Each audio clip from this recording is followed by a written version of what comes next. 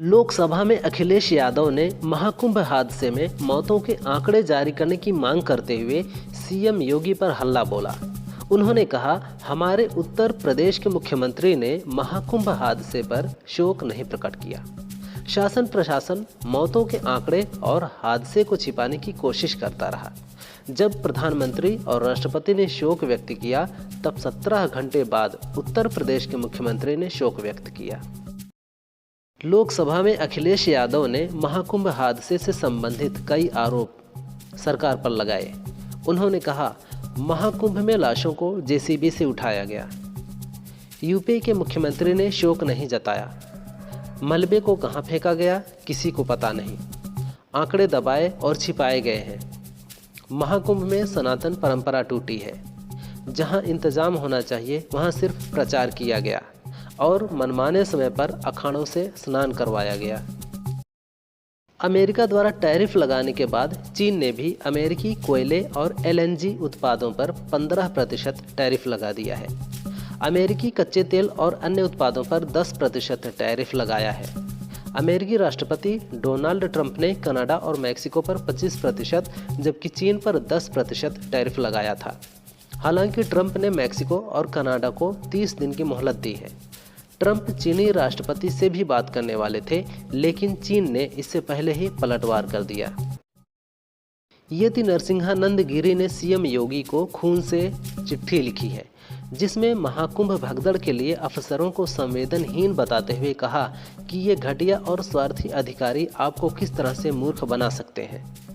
चिंता का विषय यह है कि महाविनाश से बचने के लिए हिंदुओं ने मोदी को पीएम और आपको सीएम बनाया है। अधिकांश हिंदू आपको भारत का पीएम बनाना चाहते हैं। यह महाविनाश मुस्लिमों की बढ़ती हुई जनसंख्या के रूप में हिंदू समाज के समक्ष है। काम के घंटों की चर्चा में अब दुनिया के सबसे अमीर शख्स एलन मस्क भी शामिल हो गए हैं। उन्होंने कहा, हमारा सरकारी दक्षता विभाग हफ्ते में 120 घंटे काम कर रहा है, जबकि हमारा नौकरशाह वर्ग हफ्ते में 40 घंटे ही काम कर रहा है, जिससे वे तेजी से पीछे जा रहे हैं। इस तरह उन्होंने सरकारी कर्मचारियों को दिन में 17 घंटे काम करने की सलाह दी है। हालांकि नेटिजन्स ने उन्हें घेरना शुरू कर दिया है।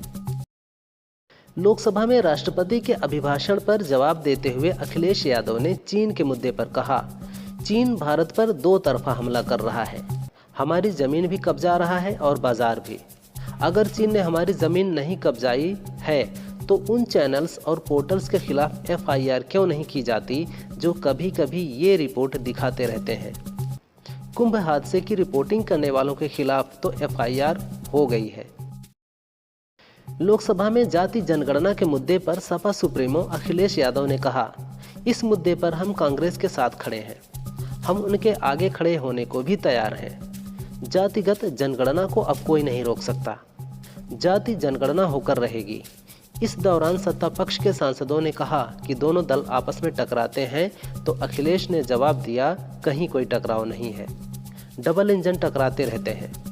एक इंजन ने तो एक बार नमस्कार भी नहीं किया।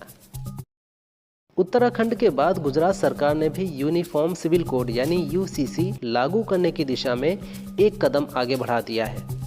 मुख्यमंत्री भूपेंद्र सिंह पटेल ने यूसीसी कमेटी का ऐलान कर दिया है। 5 सदस्यीय यूसीसी कमेटी की अध्यक्षता सुप्रीम कोर्ट की रिटायर्ड जज रंजना कुमारी करेंगी। यह कमेटी 45 दिनों के अंदर सरकार को रिपोर्ट सौंपेगी। इसके आधार पर सरकार आगे का फैसला करेगी। उत्तराखंड में 27 जनवरी से ही यूसीसी लागू हो गया है। ग्रेटर नोएडा वेस्ट के कई सोसाइटी में लोग पेट दर्द, उल्टी और लूज मोशन से परेशान हैं। यहाँ संख्या बढ़ती जा रही है। Arihant Arden, Supertech, eco village 1 और पंचशील हाईनिश सोसाइटी के कुछ लोग अस्पताल में भी भर्ती हैं। माना जा रहा है कि दूषित पानी की वजह से लोग बीमार पड़ रहे हैं। प्राधिकरण ने पानी के सैंपल जांच के लिए भेजे हैं। फिलहाल लोगों में डर का माहौल है। लोकसभा में सपा सांसद अखिलेश यादव ने इस्तीफे तक की पेशकश कर दी। उन्होंने कहा, महाकुंभ को लेकर कहा गया कि पहली बार धरती पर इस तरह का डिजिटल और तकनीक का इस्तेमाल कर महाकुंभ किया जा रहा है। सीसीटीवी, ड्रोन और लाइव स्ट्रीमिंग का दावा करने वाले मृतकों का डिजिट नहीं दे पा रहे। दावा किया गया कि सरकार ने 100 करोड़ लोगों के आने के लिए इंतजाम किए हैं। अगर ये बात गलत है तो मैं आपको रिजाइन देना चाहता हूँ। गुजरात के सूरत में पुलिस ने थाने में दूल्हा दुल्हन की शादी कराई। सूरत में राहुल और अंजलि की शादी हो रही थी, लेकिन खाना कम पड़ गया, जिससे दूल्हा पक्ष के लोग नाराज होकर शादी तोड़ने लगे। दुल्हन ने पुलिस से मदद मांगी, जिसके बाद दोनों पक्षों को थाने लाया गया। दुल्हन के मुताबिक दूल्हा शादी करना चाहता है, लेकिन परिजन उसे रोक रहे हैं। ऐसे में पुलिस खुद बाराती और घराती बनी और थाने में दोनों की शादी करा दी। सूर्य कुमार यादव रणजी ट्रॉफी 2024-25 के क्वार्टर फाइनल मैच में मुंबई के लिए खेलते हुए दिखाई देंगे। सूर्या के अलावा शिवम दुबे को भी मुंबई ने क्वार्टर फाइनल की अपनी 18 सदस्यीय टीम में शामिल किया है। मुंबई और हरियाणा के बीच 8 फरवरी से लाहली के चौधरी बंसीलाल क्रिकेट स्टेडियम में क्वार्टर फाइनल मैच होगा। खराब प्रदर्शन से जूझ रहे रोहित शर्मा और विराट कोहली ने भी इस बार रणजी खेला है। ओडिशा हाईकोर्ट ने चोरी करने वाले एक शख्स को पौधे लगाने और उनकी देखभाल करने की शर्त पर जमानत दे दी। मानस नामक शख्स पर 25 दिसंबर को बिजली कंपनी के 2 लाख रुपए कीमत के खंभे चोरी करने का आरोप है। इसी केस में उसने जमानत याचिका लगाई थी।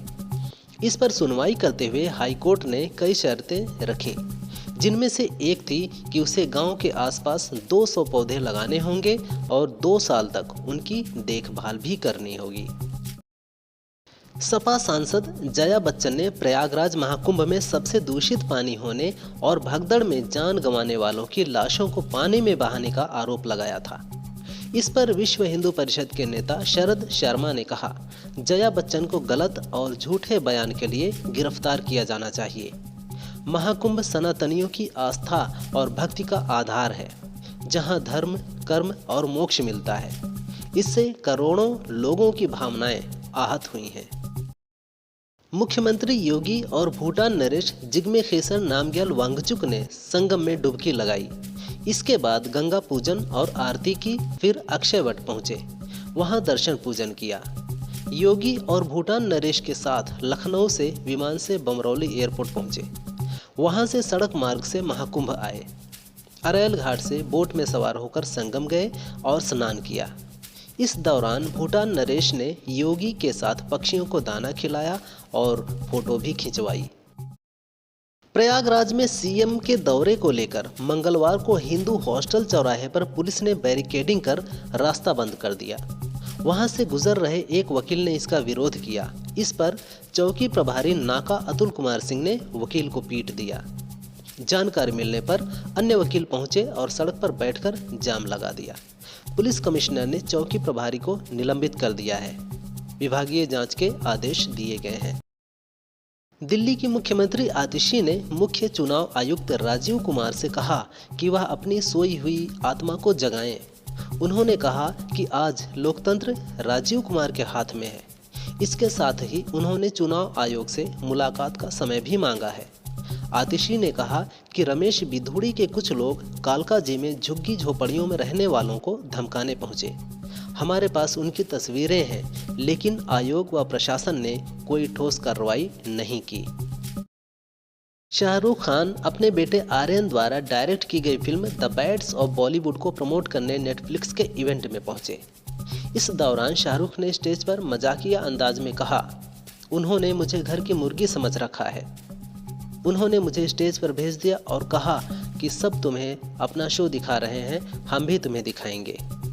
और उन्होंने शब्द अपनी पत्नी गौरी खान और आर्यन के लिए यूज़ किया गया है। दरअसल आर्यन के डायरेक्शन में बनी फिल्म का निर्माण गौरी खान ने किया है।